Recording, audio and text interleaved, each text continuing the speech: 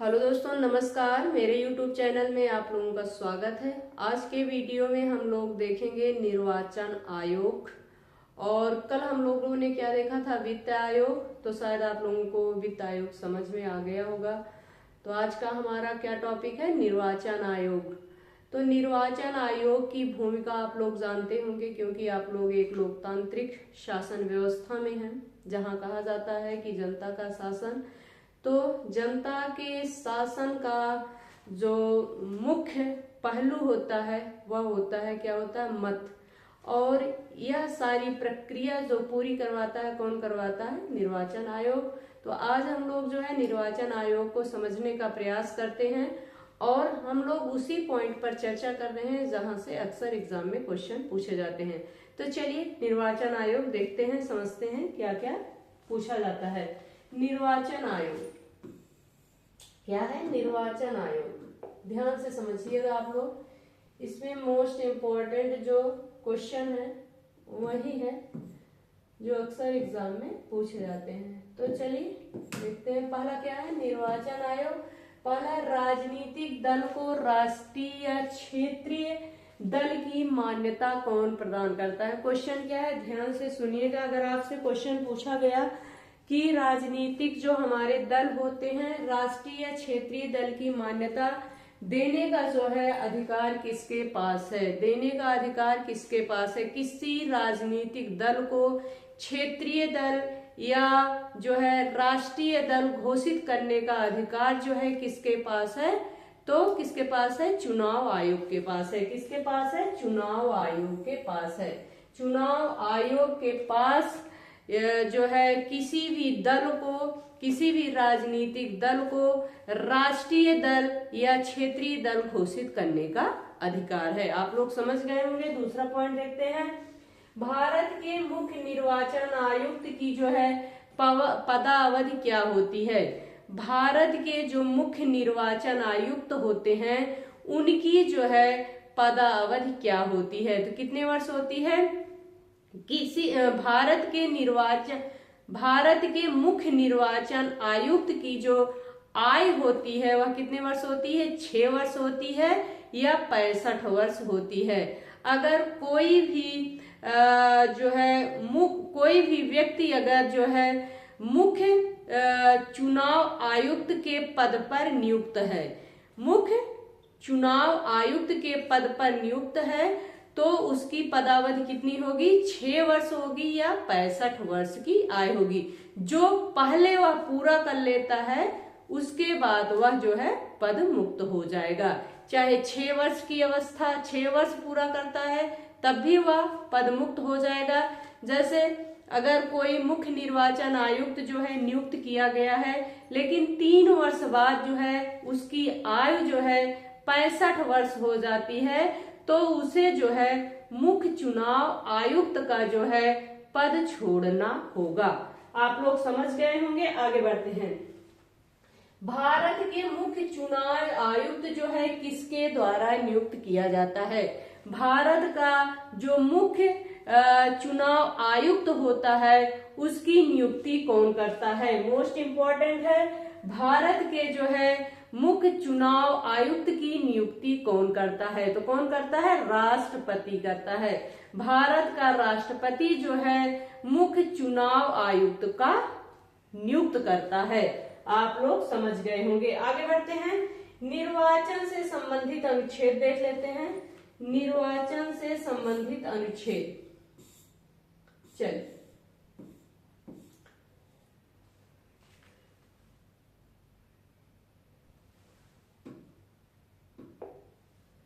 चलिए निर्वाचन से संबंधित अनुच्छेद, निर्वाचन से संबंधित अनुच्छेद पर हम लोग चर्चा करेंगे, देखेंगे।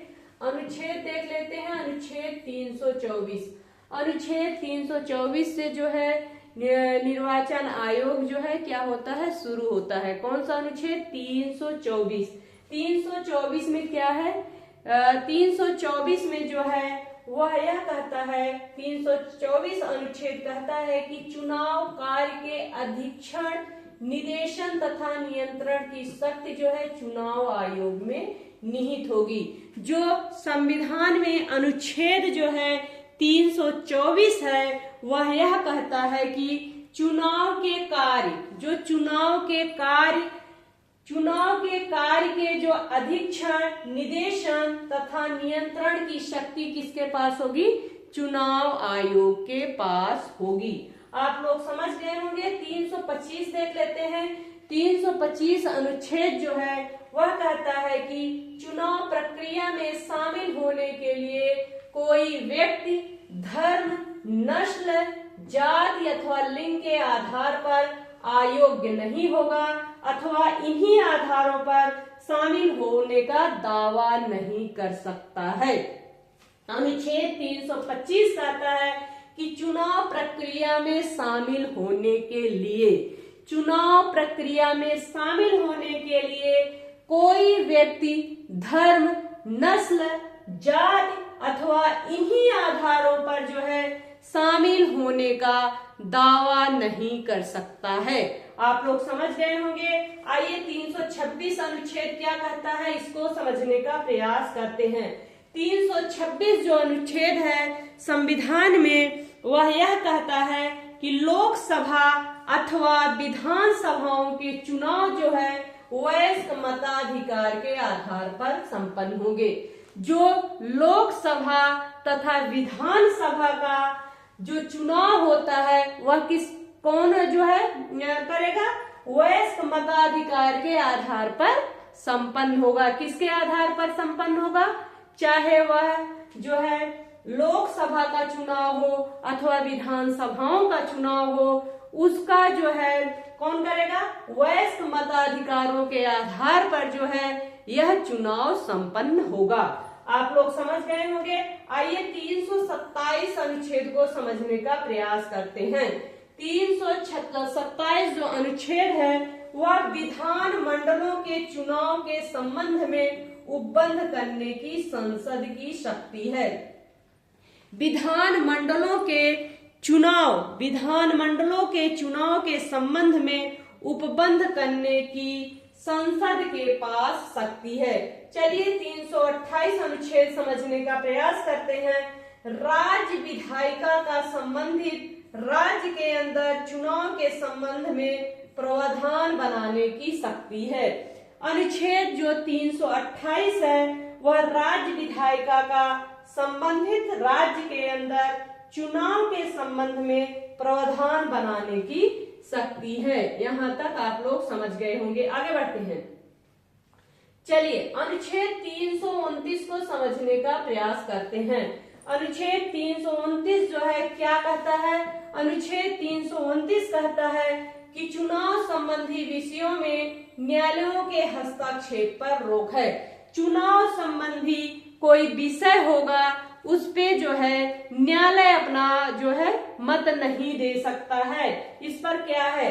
रोक है। चुनाव संबंधी विषयों में न्यायालयों के हस्तक्षेप पर रोक है। न्यायालय जो है चुनाव संबंधी विवाद में नहीं पड़ेगा, उस पर कोई हस्तक्षेप नहीं करेगा। यह किस अनुच्छेद में है? अनुच्छेद 329 में है। चलिए 329 का समझने का प्रयास करते हैं। अनुच्छेद 329 कहता है प्रधानमंत्री तथा लोकसभा अध्यक्ष के चुनाव के संबंध में विशेष प्रावधान यह जो है निरस्त हो चुका है। प्रधानमंत्री तथा लोकसभा अध्यक्ष के चुनाव के संबंध में विशेष प्रावधान लेकिन यह निरस्त किया जा चुका है। यहाँ तक आप लोग समझ गए होंगे। चलिए आगे हम लोग समझने का प्रयास करते हैं।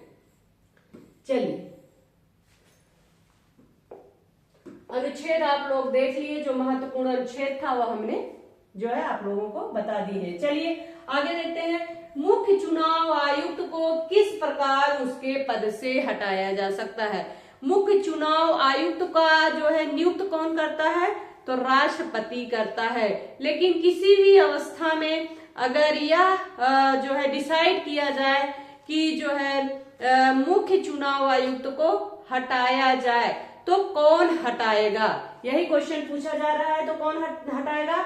संसद के दोनों सदनों के सदस्यों द्वारा 2/3 बहुमत से यदि प्रमाणित हो जाए कि मुख्य चुनाव आयुक्त जो है वह कदाचार में लिप्त है, तो उसे जो है पद मुक्त किया जा सकता है। किसके द्वारा पद मुक्त किया जा सकता है?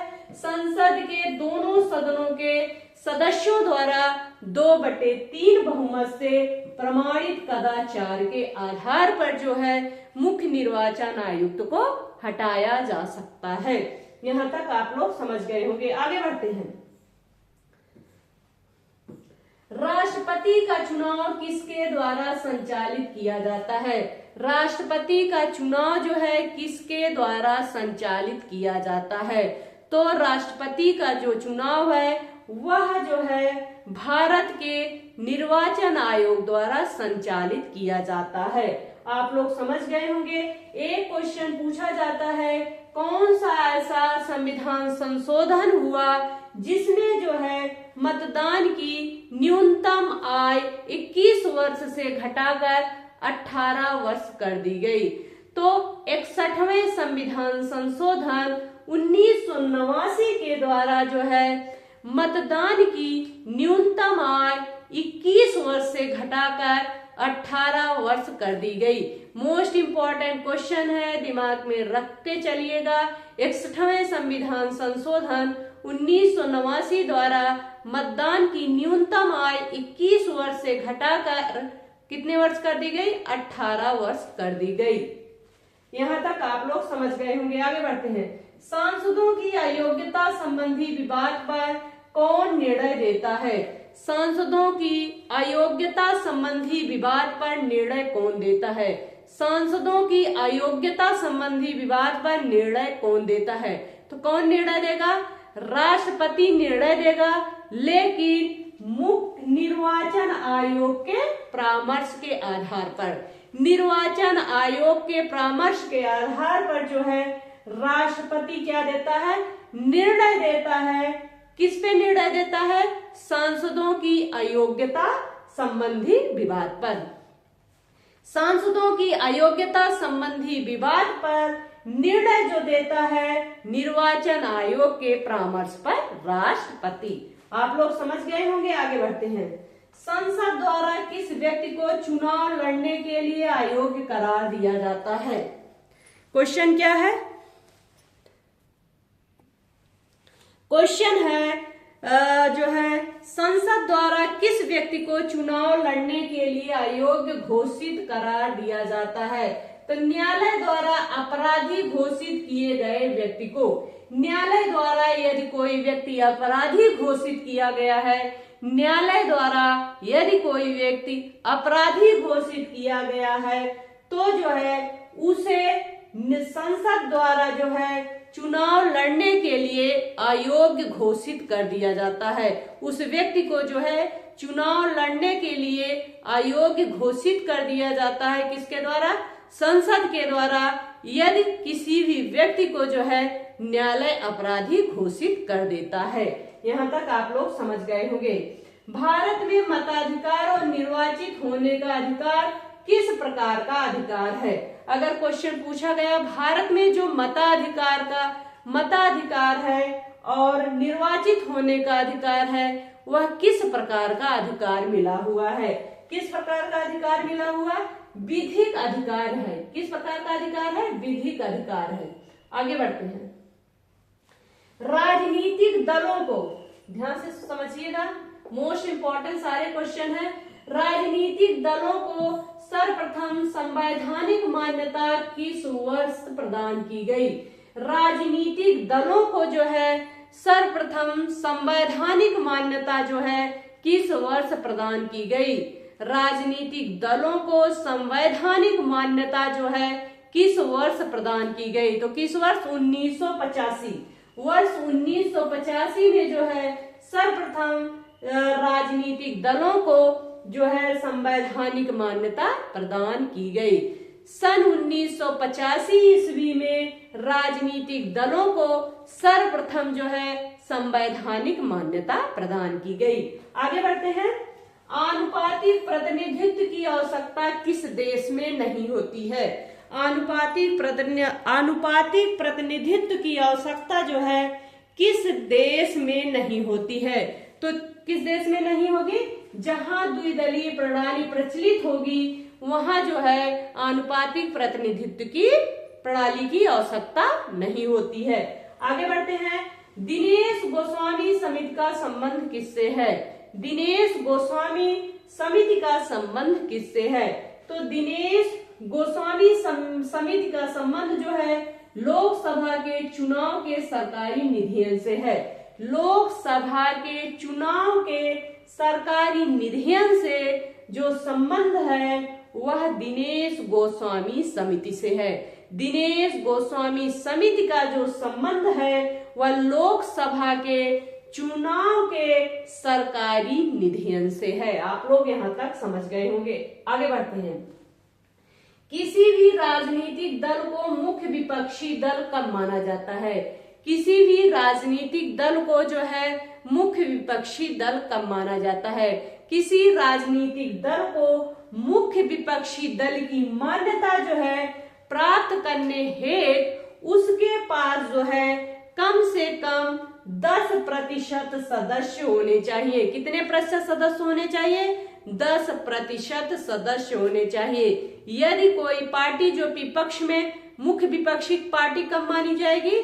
जब उसके जो है कम से कम 10% सदस्य जो है बैठे हो। कहाँ बैठे हो? संसद में बैठे हो। उसके पास सदन के कम से कम 10% सदस्य होने चाहिए। आप लोग समझ गए होंगे। आगे बढ़ते हैं। निर्वाचन आयोग को किस वर्ष 3 सदस्यीय आयोग बनाया गया? निर्वाचन आयोग को जो है किस वर्ष जो है 3 सदस्यीय आयोग बनाया गया? तो 1989 और वर्ष 1993 में जो है निर्वाचन आयोग को 3 सदस्यीय आयोग बनाया गया। यहां तक आप लोग समझ गए होंगे। आगे बढ़ते हैं। दल बदल निरोधक अधिनियम कब पारित किया गया? दल बदल निरोधक अधिनियम कब पारित किया गया? दल बदल निरोधक अधिनियम जो है 15 फरवरी 1985 ईस्वी को पारित किया गया था। दल बदल निरोधक अधिनियम जो है 15 फरवरी 1985 ईस्वी को पारित किया गया था। आगे बढ़ते हैं हम लोग। चलिए, निर्वाचन प्रक्रिया का 1 मिनट। हाँ, निर्वाचन प्रक्रिया का प्रारंभ जो है निर्वाचन प्रक्रिया का आरंभ राष्ट्रपति द्वारा जारी की गई अधिसूचना से होता है। निर्वाचन प्रक्रिया का आरंभ जो है राष्ट्रपति द्वारा जारी की गई अधिसूचना से होता है। क्वेश्चन अगर पूछा गया कि निर्वाचन प्रक्रिया का आरंभ जो है किसके अधिसूचना पर होता है, तो किसके अधिसूचना पर होता है? राष्ट्रपति के अधिसूचना पर होता है। आगे बढ़ते हैं। यह अधिसूचना जन प्रतिनिधित्व अधिनियम 1951 की धारा 14 के अंतर्गत जारी की जाती है। निर्वाचन प्रक्रिया का आरंभ जो है राष्ट्रपति द्वारा जारी की गई अधिसूचना से होता है। यह अधिसूचना जो है जन प्रतिनिधित्व अधिनियम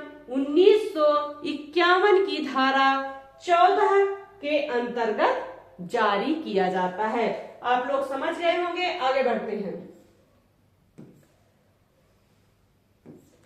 भारत के मुख्य चुनाव आयुक्त किसके द्वारा नियुक्त किया जाता है? तो अभी हम बता चुके हैं, राष्ट्रपति द्वारा। आगे बढ़ते हैं।